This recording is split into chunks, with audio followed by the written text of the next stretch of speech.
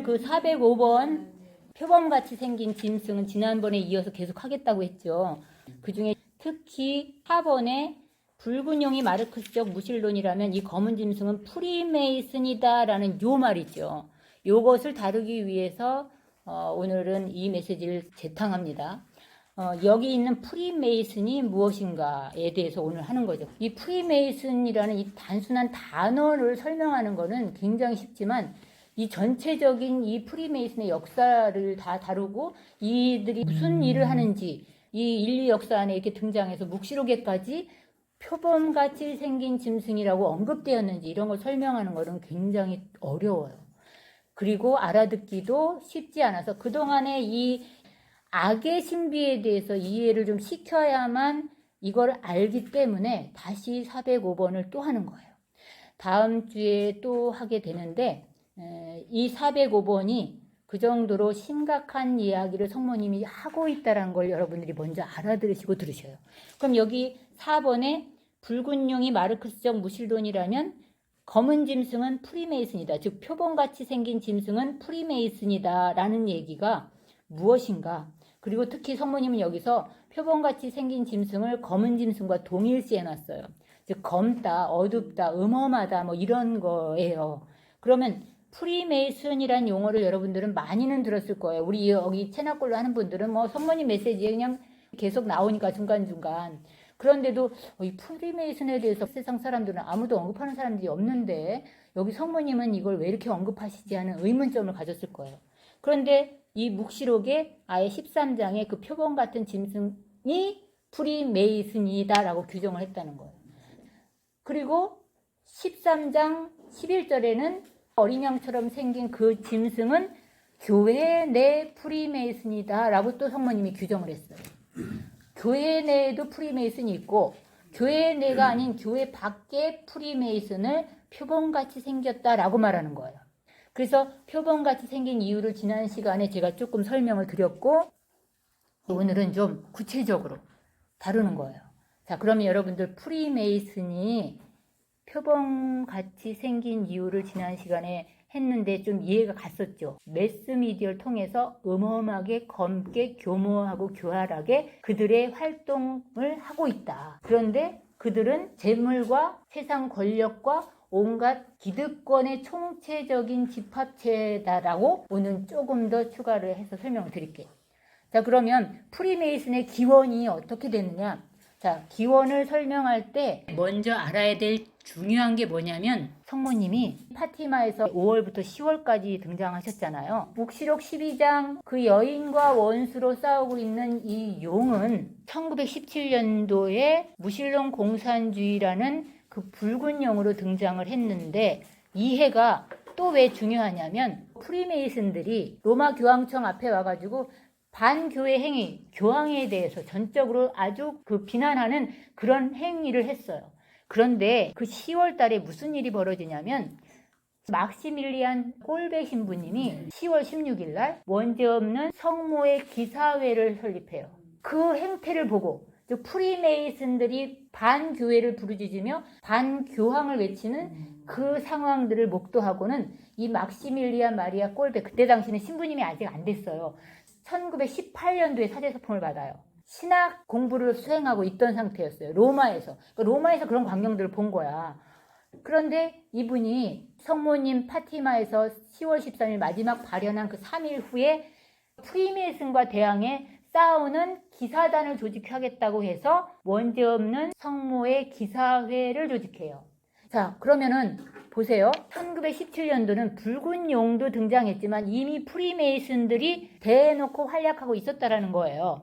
그리고 그걸 보고 막시밀리안 마리아 꼴베 신부님이 그렇게 프리메이슨과 대항해서 원죄 없는 성모의 기사회를 조직했다는 거예요. 자, 그러면 이런 일들이 이미 1917년도에 벌어졌는데 또 1917년은 또 무슨 해냐? 200년 전에 1717년도에 영국에서 프리메이슨이 정식으로 발족한 해예요. 그러면 200년 전에 프리메이슨이 영국에서 정식 발족했는데 그걸로 끝난 거냐? 아니에요.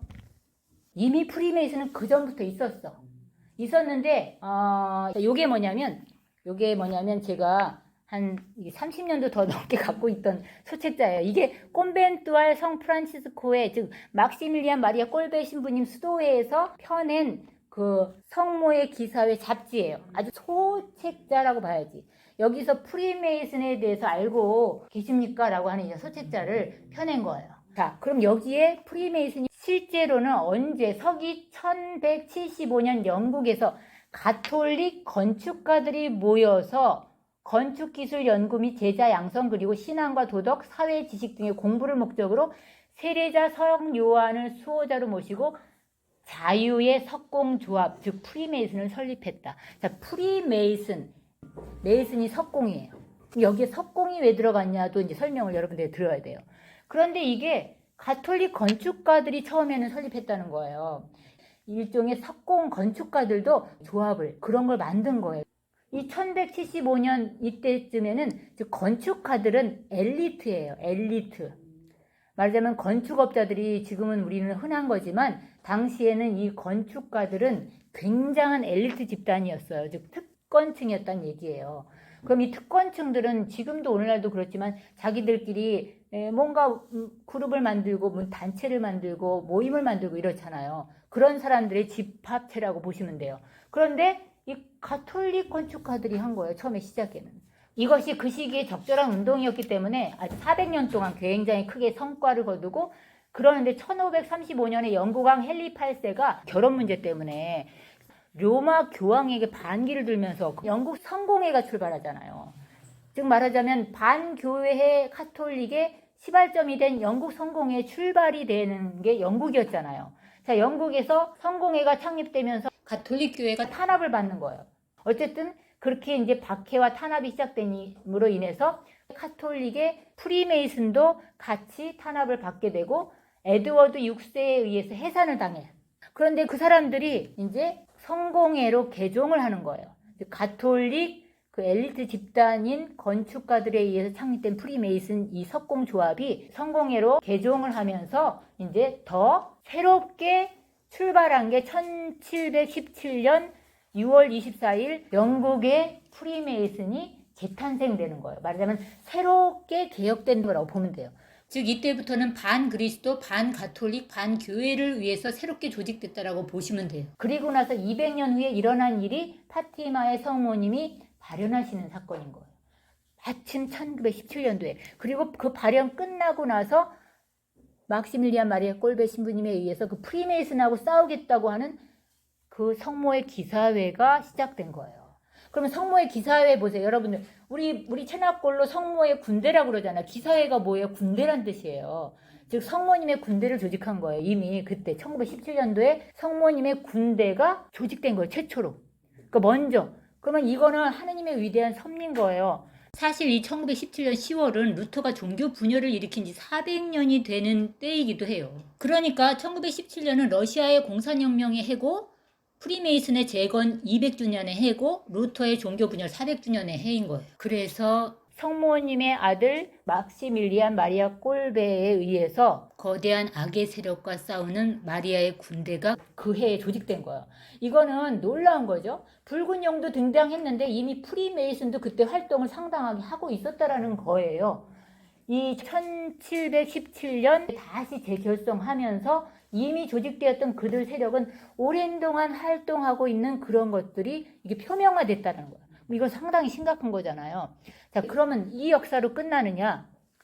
모든 이단적 집단들은 다 어디에 근거를 두고 자기들의 그 모든 것을 정당화하느냐면 성서예요. 여러분들 아브라함의 자식 중에 맏아들은 이스마엘이고 둘째 아들이 사실은 이삭이잖아요. 그런데 우리가 정말 하느님의 맏아들이야 하는 게 이슬람이잖아요.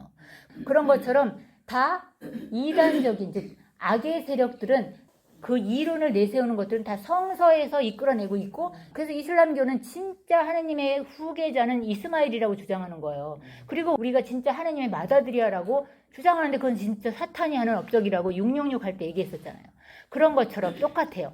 자, 그럼 프리메이슨도 우리는 진짜 하느님의 자식이야 라고도 주장하는 거예요. 그럼 어디다 대놓고 그걸 주장하겠어요? 성서에 있는 이게 우리의 선조야 라고 얘기하는 거예요. 그럼 여러분들 성서를 이렇게 펴보시면 어딜 피냐면 창세기를 펴보시는 거예요. 또 다시 앞으로 가. 이 성서의 처음과 끝이 다 이렇게 병행하고 있어서 항상 묵시록과 창세기를 왔다 갔다 해야 돼요.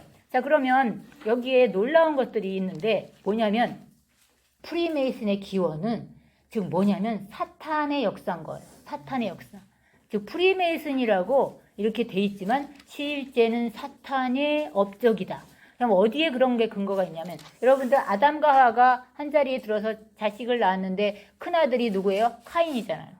둘째 아들이 아벨이잖아요. 근데 그 카인이 아벨을 죽였잖아요. 자, 그러면 카인만 남아있고 아벨은 없잖아요. 그럼 자식이 하나만 남았잖아요. 그런데 그 카인은 살인자로서 그건 사탄이 한 일인 거예요. 사탄에게 종속된 자가 한 일이야. 그래서 하느님이 이 카인에게 벌을 내리는데 어떻게 벌을 내리냐면 창세기 4장 11절로 가요. 이제 너는 저주를 받아 입을 벌려 내 손에서 내 아우의 피를 받아낸 그 땅에 쫓겨날 것이다. 내가 땅을 붙여도 그것이 너에게 더 이상 수확을 내주지 않을 것이다. 너는 세상을 떠돌며 헤매는 신세가 될 것이다. 그렇게 저주를 내려요. 이게 말하자면 벌이야. 너는 이 죄에 대한 벌로 이런 대가를 행해야 돼라는 거예요. 죄는 반드시 대가를 치러야 돼. 이제 보속하라는 얘기인 거예요. 근데 이 죄를 지은 당사자들인 이 사탄에게 속해 있는 사람들은 보속 절대 안 해요. 우리가 성모님이 기도, 희생, 보속하라고 계속 그러잖아요. 내 죄뿐만 아니라 세상의 죄를 대신해서. 하느님이 첫 번째 내린 그 보속이 세상을 떠돌면서 이렇게 헤매는 신세가 내 보속거리예요. 그런데 카인은 즉시 보속을 하느냐? 보속하지 않아요. 어떻게 했냐면 자 17절에 내려가 보세요. 자, 카인의 자손. 카인이 자기 아내와 잠자리를 같이 하니 그 여자가 임신하여 에녹을 낳아요.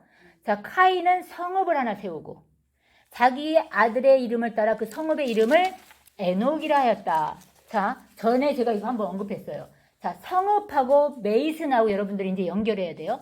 자, 석공, 성읍. 이 잠실적으로 이해를 해야 돼요. 이들이 왜 메이슨이라고 이름을 했느냐, 왜 석공 조합이라고 했느냐, 그 기원은 이렇게 첫 번째 범죄자인 카인에게까지 그 기원이 거슬러 올라가는 거예요. 자, 그러면 석공, 옛날에 이 성읍을 뭘로 지었겠어요? 돌로 지었겠죠. 돌을 다듬어서 이렇게 성을 쌓았는데 하느님이 세상을 떠돌라는 보속을 안 하고 자기 울타리를 쌓는 거예요. 말하자면 나의 안전과 신변의 위협에 위해가 가할지 모르니 나는 안전하게 성읍을 쌓고 거기에 들어앉아 있어야지. 자, 그래서 이 성읍을 쌓고는 그 자식의 이름인 에녹이라는 이름을 거기다 붙이는데, 자, 여러분들 프리메이슨의 자기네들의 역사라는 게 있어요. 프리메이슨의 역사 하면은 거기에 우리는 에녹에서부터 비롯됐다라고 기록돼 있대요. 에녹. 근데 그 에녹이 무슨 에녹이냐고 물으면 프리메이슨들은 다 여러분들 5장에 가면 아담의 자손이라고 나와 있어요. 아담의 자손. 여기에 아담이 낳은 후손 중에 7대에 가면 여기도 에녹이 나와요. 창세기 5장 18절에 보면 에렛은 160세 되었을 때 에녹을 낳았다. 에녹을 낳은 다음 에렛은 800년을 살면서 아들, 딸들을 낳았다 하면서 에녹이 등장해요. 이 에녹이 그 유명한 하늘로 승천한 에녹이야. 그러니까 우리는 이렇게 거룩하게 살다가 하늘로 승천한 에녹이 우리의 선조야, 창시자야 이렇게 갖다 대는데 자세히 보면 여기 에녹은 석공하고 관련 없어요. 그런데 항상 이슬람교도도 맏아들인 이스마엘이 우리의 선조야 강조하는 것처럼, 그래서 아브라함이 우리의 조상이라고 하는 것처럼 얘네들도 조상을 갖다 성서에서 끌어다 대는데 에녹이 우리 조상이라고 하면서 실제로 연도는 그 카인의 아들의 연도를 갖다가 써놨어요. 말하자면은 연도가 카인의 아들 에녹은 BC 3760년이에요. 그 다음에 아담의 7대 손인 에녹은 그러니까 BC 3382년이에요. 근데 프리메이슨의 역사의 책에는 BC 3760인 그 에녹이 자기의 선조라고 해놓고는 이 승천한 에녹이다라고 말을 한다는 거예요. 그러니까 굉장한 벌써 거짓이 거기 들어있는 거죠. 근데 이 승천한 에녹은 석공하고 아무 관계없어요. 도성하고 아무 관계가 없어. 즉 말하자면 이 카인의 아들인 그가 이 도성하고 관계 있는 거예요. 즉 말하자면 메이슨하고 관계 있는 거예요. 그러니까 이렇게 해서 얘네들은 또 속이는 거예요. 그렇다면 여러분들 보세요. 여기서 뭘 봐야 되냐면 하느님은 성서에 사탄의 후손과 하느님의 후손을 명확히 갈라놨다고 전에도 제가 그랬어요. 자, 여기 5장은 아담의 후손이라고 명기돼 있죠. 근데 바로 앞에 가면 아까 우리가 봤던 카인의 자손인 17절에는 카인의 자손이라고 돼 있어요. 자, 명확하게 족보를 기록하려면 아담의 자손에 카인이 들어있는 거잖아요. 아담의 아들이잖아. 그렇죠. 그쵸? 아담의 자손이에요, 카인은. 근데 아담의 자손 쭉 읽어봐서 여기 카인 없어요. 여기 보면은 아담은 130세에 되었을 때 자기와 비슷하게 제 모습으로 아들을 낳아 그를 셋이라고 하지. 셋. 여기에 카인 없어요. 이 족보에. 자, 아담의 자손 족보에 카인을 빼서 그냥 카인의 자손이라고 따로 놔요. 이 성서 기자들이. 왜 그렇겠어요? 얘네들은 사탄의 후손인 거예요. 갈라놨어요. 하느님의 후손과 사탄의 후손. 제가 이렇게 말하면 여러분은 심하네. 어떻게 카인을 사탄의 후손이라고 말을 하지? 근데 이 인류 역사, 성서의 역사는 즉 이렇게 구분지어놨다, 갈라놨다. 그러면서 카인의 자손이 성읍을 세우고 걔네들이 또 하는 걸 보면은 어떻게 하고 있냐면 자, 22절 가보세요. 4장 22절에 가면 실라도 두발 카인을 낳았는데 그는 구리와 쇠로 된 온갖 도구를 만드는 이였다. 자, 라멕이 자기 아내에게 말하였다. 여기서 라멕은 또 에녹의 후손이에요. 자, 이 라멕이라는 에녹의 후손은 또 살인자야, 똑같이. 그래서 부인도 2명을 둬요. 아다와 칠라. 여러분들 야곱과 에사오를 또 생각하면 돼요. 그러니까 성서에 다 이렇게 야곱과 에사오 이렇게 그 아담의 자손과 카인의 자손 이런 식으로 다 구분지어 나왔어요. 이스마엘과 이삭 이렇게 다. 말하자면 한 몸에서 부모의 몸에서 태어났는데도 사탄의 길을 따르는 후손이 있고 하느님의 길을 따르는 후손이 있는 거예요. 그래서 큰 소리를 치는데 뭐라고 큰 소리를 치냐면 자기 두 아내한테 라멕의 아내들아 내 말에 귀를 기울여라. 나는 내 상처 안에 사람 하나를 내 생채기 하나에 아이 하나를 죽였다. 자기 살인자라고 아예 대놓고 얘기하는 거예요. 카인을 해친 자가 7갑절로 안갚음을 받았다면 라멕을 해친 자는 77갑절로 안갚음을 받는다 하고 안갚음할 것을 선언해요. 얘네들의 이 본성 있잖아요. 이 악을 따르는 추종자들의 행위와 그들의 본성을 여기에 드러내고 있고요. 자, 그런데 아까 셋은 아담이 하나님의 모습대로 또 낳은 아들이라고 나와 있잖아요. 여기 자 25절 끝에쯤 가서 보면 그 이름을 셋이라 하였다. 셋에게도 아들이 태어나자 그의 아들의 이름을 에노스라고 하였다. 그때부터 사람들이 주님의 이름을 받들어 부르기 시작했다. 즉 아담의 새로운 아들 셋이 에노스를 낳았는데 그 에노스가 그때부터 하나님의 이름을 부르며 섬겼다라고 나와 있는 거예요. 그러니까 여기는 하나님의 후손들을 얘기하고 즉 카인의 후손들은 즉 사탄을 따르는 후손들, 사람을 죽이고 떵떵거리면서 큰소리치고 내가 안갚음을 할 거야. 그리고 또 하나님이 일부 다처제 절대 말하지 않았어요. 근데 이런 세력들은 다 그 쾌락과 돈 이런 것들, 권력 이런 것들을 추구하기 때문에 이렇게 살아요. 자, 이런 것들을 대비해 놨어요. 그런데 놀라운 거는 뭐냐면 자, 그러니 어떻게 됐겠어요? 이 사탄의 후손들은 계속 악을 저지르는데 그게 더 세져가지고 이제 아담과 하와가 범죄한 것보다 이제 그때 당시 인간들이 또 다 죄를 범하는 그런 상태까지 가서 6장 5절에 가면 인류의 타락이라고 제목이 나와 있어요. 6장 5절에. 그러니까 이 카인의 후손들이 아예 다 그냥 뒤엎은 것 같아요. 그래서 하나님이 결심한 게 싹 쓸어버리겠다 해서 노아의 홍수가 그 뒤에 이어져요. 자, 그러면 싹 쓸어버렸어. 다 죽었어. 그리고 나서 노아의 후손들이 등장했는데 그럼 노아는 누굴 낳냐면 자식을 셈과 함과 야펫을 낳아요. 그런데 죄지은 인류가 이제 다 멸망당했다고 쳐봐요. 그런 상황에 노아의 가족 8명만 살아남았는데 그 8명 가족 중에 거기 이 싹 쓸어서 죽어야 되는 사람들 중에 남은 사람들이 들어왔잖아요. 이 배에. 즉 말하자면은 즉 하나님의 자녀들만 있는 게 아니라 셈과 함과 야펫의 그 결혼한 아내들도 다 들어왔어요. 그리고 거기서 셈과 함과 야펫 중에 함이 아버지가 술 먹고 맨몸으로 들어 누웠는데 그걸 보고는 그 수치스러운 거를 덮어드리고 나온 게 아니라 나와가지고 셈하고 야펫에게 가서 일러요. 그러니까 그 아버지가 깨어나서 그걸 보고 저주를 누구에게 하냐면 함에게 해요. 노아는 술에서 깨어나 작은 아들이 한 일을 알고 나서 이렇게 말해요. 가나안은 저주를 받으리라. 그는 제 형제들의 가장 천한 종이 되리라.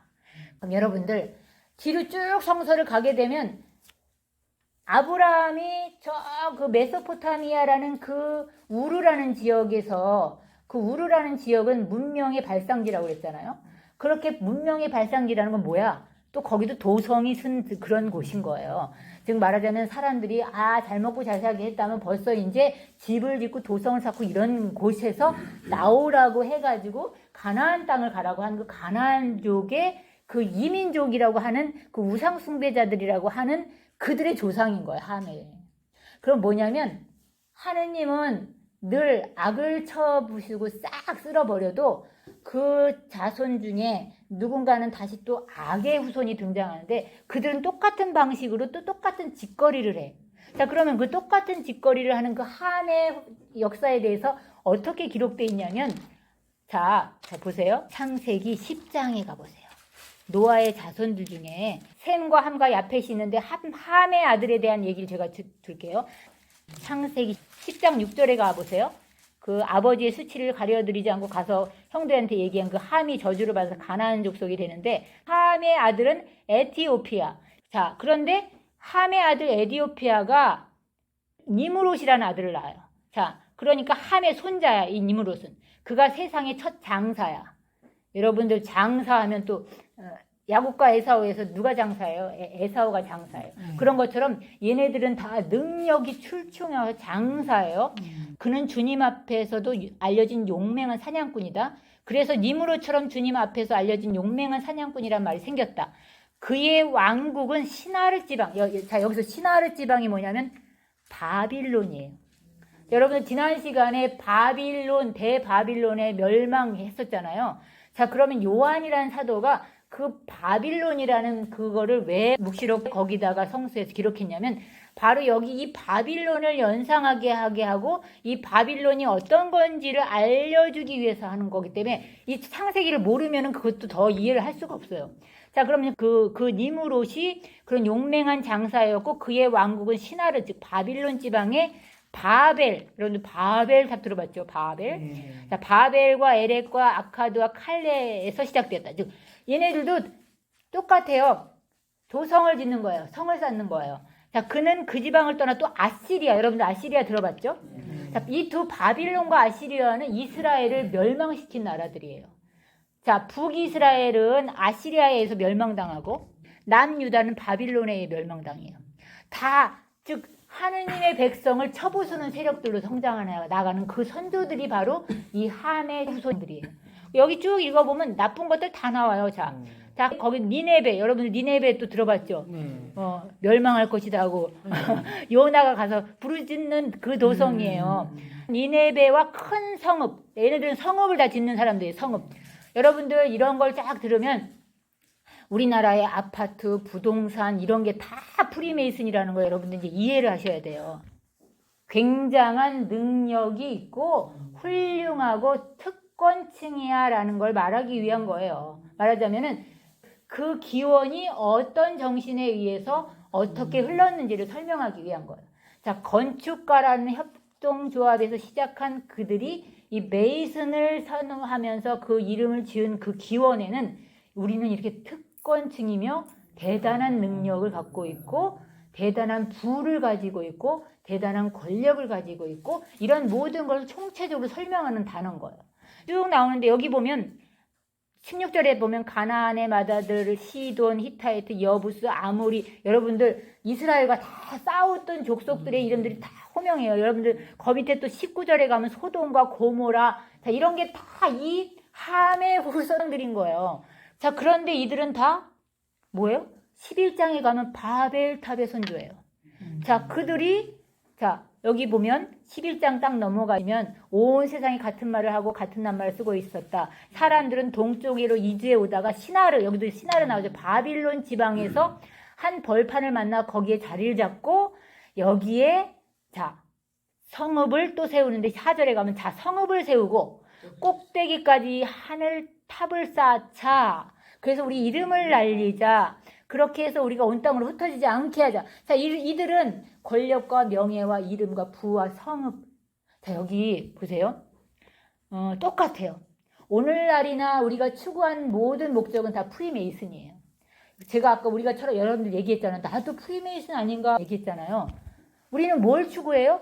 다 이 함의 족속에 그들이 하던 행태를 다 우리가 추구하고 있기 때문에 우리가 다 프리메이슨이고 다 666이라고 그 666 남 얘기 아니야. 우리가 다 이마에 그런 걸 선호하고 그런 걸 원하면서 성당은 다니고 하느님의 백성이라고 말은 하는데 다 우리는 다 프리메이슨이야 라고 말하려고 제가 지금 그러는 거예요. 자, 그러면 이들이 왜 바벨탑을 쌓았어요? 높이? 자, 이거는 실제로 이 프리메이슨들은 하느님과 대적하기 위해서, 자, 공산주의 러시아 혁명이 하느님과 관계된 모든 것에 적대적 관계를 선포하겠다고 했잖아요. 그런데 프리메이슨은 더 나가서 하느님을 모독하는 거예요. 특히 하느님의 교회, 성교회, 가톨릭 교회와 적대적인 선전포고를 하기 위해 조직된 사탄의 집단인 거예요. 자, 이 바벨탑을 설명하면서 더 이해를 하실 거예요. 바벨탑을 이 함의 후손들이 왜 쌓았을까요? 그 도성도 쌓고 그것도 모자라서 그 도성에 이 바벨탑을 쌓았는데 왜 그랬냐면 함은 셈과 야펫, 그 형과 그 노아의 홍수 때 그 방주 안에서 그 모든 걸 봤잖아요. 본 후손인데 그 엄청난 홍수 안에 그 공포 속에서 그걸 보고 나서 나와가지고는 이렇게 된 거예요. 왜 이렇게 됐어요? 즉 하느님을 추정한 게 아니라 하느님이 다시는 홍수로 우리를 못 쓸어버리게, 하느님이 또 인류를 멸망시키는 물의 홍수를, 물 쏟아봐. 물, 아이고 그거 갖고 안 돼. 하느님 물 쏟아봐. 우리는 그 물보다 탑을 넓히 쌓으면 물이 어디까지 차도 소용없잖아요. 자, 그래서 결국은 하느님과 대항하겠다고 쌓은 게 바벨탑인 거예요. 사실 역사 공부를 하게 되면 이거를 이제 그 바빌론이 숭배하던 신전이라고 나와요. 지구라트라고. 그 우상 숭배를 하던 그 신전이라고 나와 있어요. 그런데 사실 이거는 하느님께 의지하고 사는 게 아니라 인간 중심으로 인간의 생각으로 인간의 탑을 쌓은 거예요. 홍수에도 멸망하지 않을 탑. 하느님과 대적하기 위해서 하느님과 적대적 선포를 하고, 결국 말하자면은 이들은 우상 숭배자들의 근원적인 거예요. 그 기초가. 그래서 프리메이슨 하면 그동안 많은 얘기를 해왔지만 이들의 기원은 즉 그 석공에 있다. 그리고 이들은 기득권자들이다. 그리고 이들은 세상의 부귀영화를 추구하며 온갖 쾌락으로 인류를 이끄는 세력이다. 그런데 오늘 성모님은 프리메이슨들은 매스미디어를 가지고 그렇게 하는 단계까지 왔다. 그러니까 말하자면 이미 사탄은 이미 존재해 있는데 그 얼굴을 13장의 표범같이라고 드러냈다는 거예요. 이미 1917년도에 그 붉은 용이 등장할 때도 이미 프리메이슨이 있었고, 그때 이미 재결성된 더 강고한 프리메이슨이 등장한 걸 보고 성모의 기사회, 즉 성모님의 군대가 조직됐고 이런 것들이다라는 거예요. 그럼 이런 얘기를 여러분들이 들었을 때 어머 저거 남 얘기하는 게 아니네.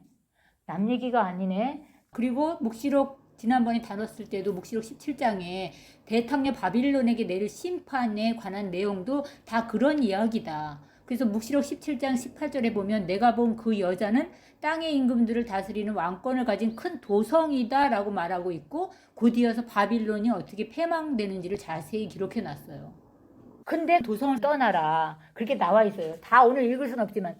근데 여러분들 돈만 있으면 다 도시 가서 살고 싶지. 그 아파트 몇 채 갖고 싶지. 자, 말하자면은 그거 갖고 부동산 늘려가지고 부자 되고 싶지. 모두가 천주교신자라고 해서 그런 소망이 없나요? 아니에요. 다 똑같아요.